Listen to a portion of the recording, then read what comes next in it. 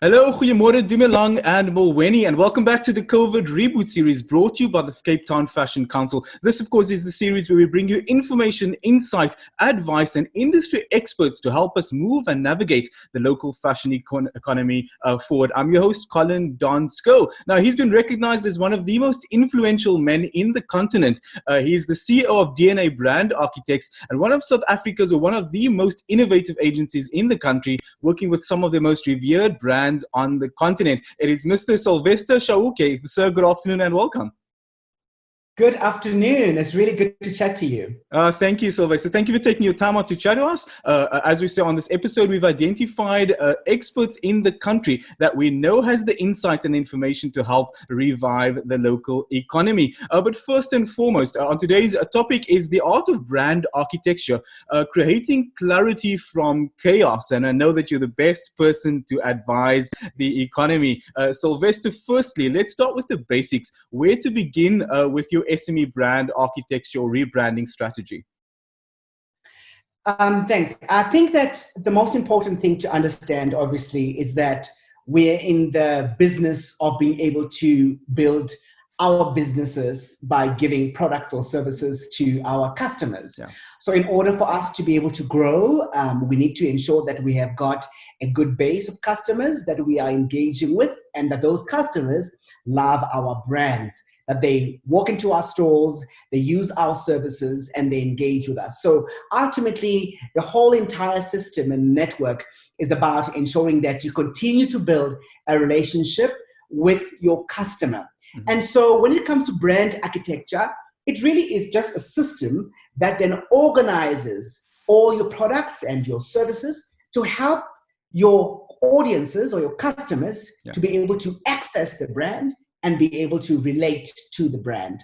So in order for you to be a successful brand that has a good base of brand architecture in it, customers will know exactly who you are. Yeah. They will know exactly what they're getting from you.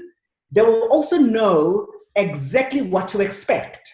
That means that what you are telling them as a brand and what they are experiencing are aligned. And that's pretty much what we want to do.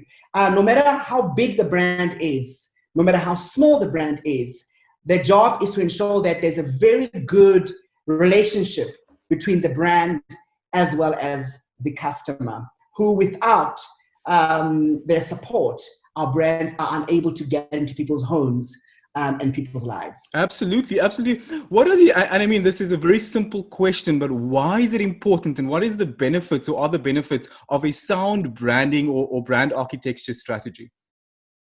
It's actually incredibly simple. If you think about it, when you look at a brand, it is really a manifestation of something that is much more than just the product. Yeah. Because if you think about it, if it is a juice or a piece of clothing, it is just a commodity. It's what it is. So in terms of the actual service that you are giving or the actual product that you're giving, it is just a product. Mm-hmm. When we talk about brand, it's more than just that. So brand moves a product into meaning something much more. So we are trying to ensure that your product, people don't look at your product and think it's just a skirt or it's just a jacket, or it's just a juice. Yeah. But they have to look at it and think, oh, this makes me feel like this, this product makes me feel a particular way. And that way, you are moving beyond just a commodity and a functional product or service, but you are moving more to the brand space, which means that you mean much more than just what you really are. Absolutely. Obviously, important is to ensure that you're driving the functional aspects of your product. So what does your product or service do functionally? So if it is a shawl, if you're putting it on your shoulders, it's going to warm you, make you look good or whatever. But on the other hand, it's about beyond just a functional aspect. It makes me feel powerful. It makes me feel strong. It makes me feel inspired.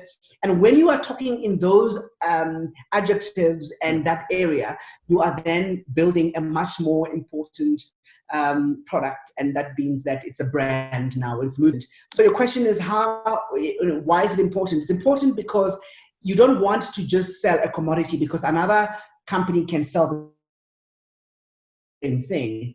But what's going to differentiate you from another product or another company is going to be what that product means. And that means the better brands are able to connect better with consumers and get a lot more support. Absolutely. I want us to talk to two groups for a second, or two groups within the SME business owners, a sector or space. So to the SME that has to restructure and I guess rebrand because of, as a result of what we've been experiencing this past few months, and then also to the brand looking to diversify. What are some of the factors to consider when creating a rebranding strategy?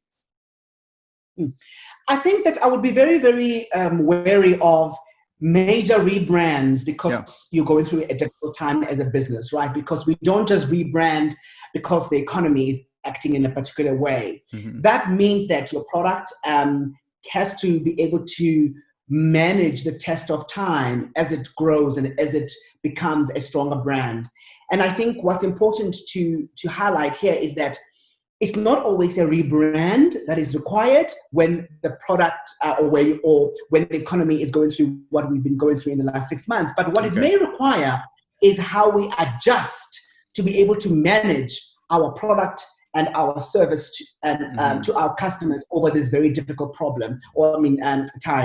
And I think that what's very clear in my mind is that the last 6 months has shown us that perhaps the importance of ensuring that how we relate and how we go to market as brands has to be very indicative of the climate in which you are operating. For example, if you used to have a boutique store in KZN, and you were used to customers walking into the store to purchase your product, now with COVID-19, when it happened, when we went to lockdown, we were not able to get the product because the stores are closed, which means that we need to adjust our availability. Then are we available online?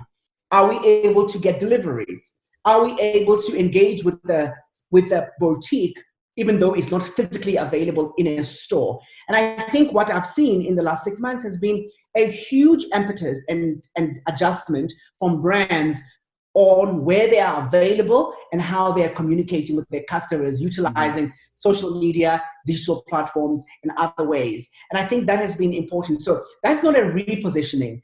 That is not a brand architecture job in terms of being able to structure the foundation. I think it's just an adjustment of how things need to be. So I would be very careful that you are repositioning your brand based on what the climate is, but what you are doing rather is that you are adjusting your approach to market based on the different changes that are happening in your environment and for your customers. Yeah, absolutely. So at what point should you be revisiting your brand architect or your brand market strategy? At what is that, that indicator or that point where we need to now think, okay, we need to revisit our strategy?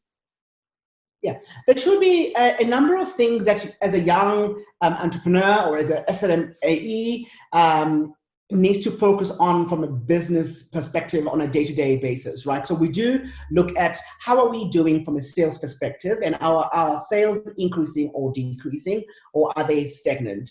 And that will always tell you pretty much what's happening in your world, right? Because are customers buying or are they not buying? One key measure you need to look at and manage.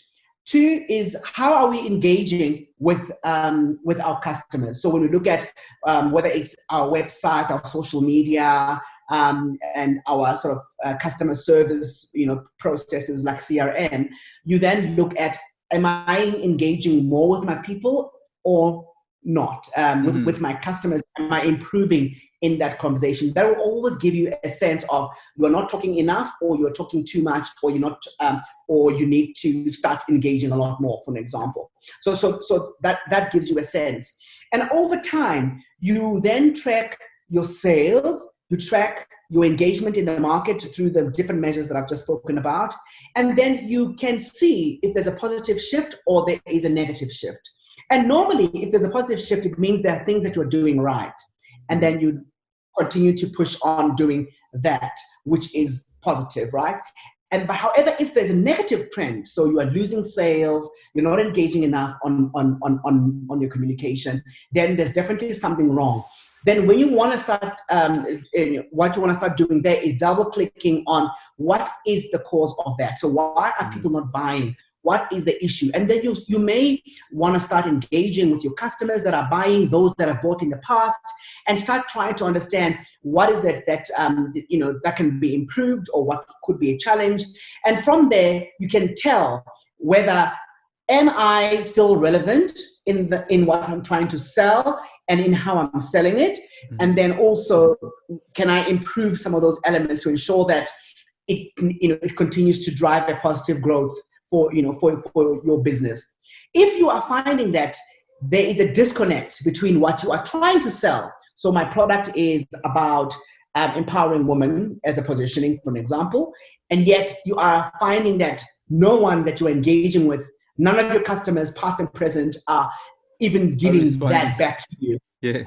Then you know that there's a lag there. There's a disconnect between what you want to say and what you are saying as a business to then what the customers are actually feeling from your business. And then that's when you need to start repositioning and start looking at the brand architecture, because clearly there is a disconnect between what you are trying to say and then what the actual customers are saying. And of course, I'm making it sound incredibly simple, right? But it can be simple if you do, as a brand, spend time listening and asking your customers about your service, your product, the quality, the experience. A constant need to continue to ask about how your customers are experiencing your product or service will really help you to ensure that you keep tabs of where you are sitting from a positioning perspective. Absolutely. And that's so important. That was my next question. Why is it important to know what customers associate with your brand, which is the point you just covered? I'm going to throw 3 big questions at you, and I just want to get your insight or your advice on this. What are simple ways to reduce marketing costs, especially at this point? Brands are looking to go lean. They're looking to cut costs wherever they can, and marketing being one of those spends. What are simple ways that brands can reduce marketing costs right now? I think there are a number of simple ways to improve and to drive better marketing in a very cost-effective way. And today, we really are very, very lucky to be working within so many different opportunities around social media and digital media, because we are able to reach people very quickly and very effectively at a very, very cost-effective I suppose, cost, right? Yeah. And I think what is very exciting for me is that, and if you look at what's happening right now, social media is an incredibly effective way to communicate and to be able to drive your marketing so that you can reduce your traditional media costs, right? So if you are used to putting up billboards at malls or at airports or sort of big environments across your city or the country, that's incredibly expensive, right, for a brand, and particularly for SME. And I think that when we look at social media, it's a beautiful place to be able to play, because you can play that very, very easily and reach more people, much more targeted as well, and without breaking the bank. And so I'd say Instagram has been phenomenal in that, particularly when it comes to fashion and lifestyle media, because it's able to travel very, very quickly, and you can also be able to link quite clearly into sales. Facebook has been phenomenal there too, in terms of being able to not only communicate, but also be able to run a store as an SME that you can utilize to sell your product. And these platforms are available, and they're very cost effective and sometimes free. It's a really good place for you to be able to go. I found that Twitter also has been great in driving word out, driving more message out to your base or your customer, launching new interesting products, showcasing good images of your product, and being more present in that. And I also think social listening is also very, very important. So, for example, if you are able to find tweets or communication on social media of people looking for hair care products that are natural, and if you sell hair care products that are natural, you want to respond to those, right? And say, hey, we are actually available and you can actually purchase us. And I think that, honestly, the question is, how do we reduce budgets? I think you go digital, and I think you go more focused and you go targeted in the audience that you need. So don't go for big brand necessarily, and sort of just a big brand feel in terms of awareness, but you can go to people that actually need your product much more specifically. More, for example, if it's women or if it's young women, if it's men, if it's if it's people who love reading or books or pets. And in fashion, it's definitely people who love, more of like a lifestyle space, workwear versus streetwear versus evening wear, versus just homeware, for example. There's a lot of very interesting strategies that one can play to manage their costs within social media. Absolutely. I love that you use the natural hair product as an example, but we will talk about that today. We'll leave that for another. We'll leave that for another interview. Why is it important, especially now, to be very clear or to clarify positioning and messaging in the world of digital, and where digital has evolved so rapidly? Why is messaging and positioning so important?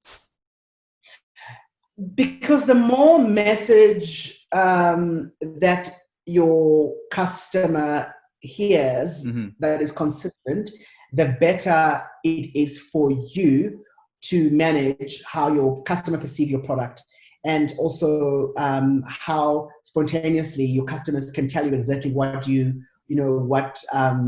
what you stand for. So if I said, for an example, everything keeps going right, you're going to say Toyota, right?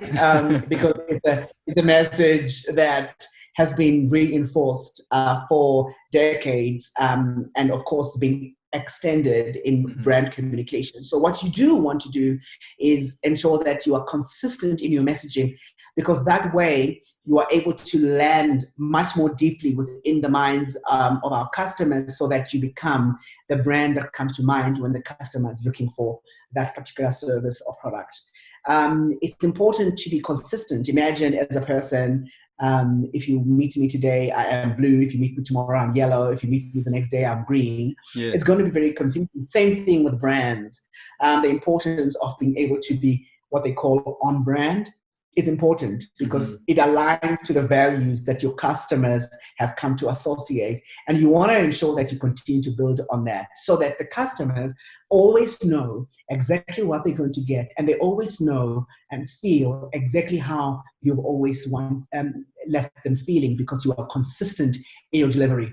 And by the way, messaging is not just about what we are saying in advertising or social media. It's also the experience that you give your customers when they walk into your store. That's a message. Yeah. When they check out at the cashier, that is the message. And what needs to be said is not just in what is being communicated, but it's also in the experience of how people engage and experience your product. So when you arrive at home and you open your nice bag of clothing that you bought, what is that message? What are you saying? How it's packaged? What are you saying? The label that that's on the price tag, how it's put on, what is being said there. All of those key elements are incredibly important to ensure that your message is then consistent across the value chain, as they call it. Absolutely. That's so profound, because we often don't realize that part of our brand messaging is the simple customer service responses, the way you respond to a DM, for example. That is all part of your messaging. So thank you for pointing that out. Very profound. Before I let you go, Mr. Chauke, what has been the biggest piece of advice that you've received as an entrepreneur, and what is the tips and advice that you're giving to our SMME business owners here in South Africa today? I think that COVID-19 has really turbocharged a need for agility and an ability for us to be able to adjust when we need to. And you see that in the last 6 months, most entrepreneurs, no matter how big or small their businesses, have had to look back and relook and think about what they need to do to be effective and to be efficient. If I take myself as an example, looking at where I can improve my service, where I can improve how I show up as an entrepreneur and as a business, and how we can ensure that there's cost efficiencies in the business, has been one of the most exciting experiences in the last 6 months during a very difficult period of COVID-19. So my advice right now is that whilst we're going through a very difficult time, it is also for an entrepreneur a brilliant time to sharpen the pencil, to look at what you need to do very, very differently, where you can cut waste, where you can cut unnecessary expenses, for an example, where you can be more efficient in your negotiation, cost cutting. I mean, there's so many wonderful things that have happened because of the challenging space that we've been put in, or we've been ushered in by the last 6 months. So my advice is that, who knows? There might be another crisis in the next 2 years that we don't know. But our ability to always be ready to ensure that we are agile, we can adjust when we need to, has a lot to do with how we as entrepreneurs prepare for this journey, this very challenging journey of being an entrepreneur. And I think that the need for us to be open and the need for us to look at challenges head on and challenge where we sit, and by doing that, allowing us to be able to grow our businesses through different challenges is actually a really, really beautiful thing.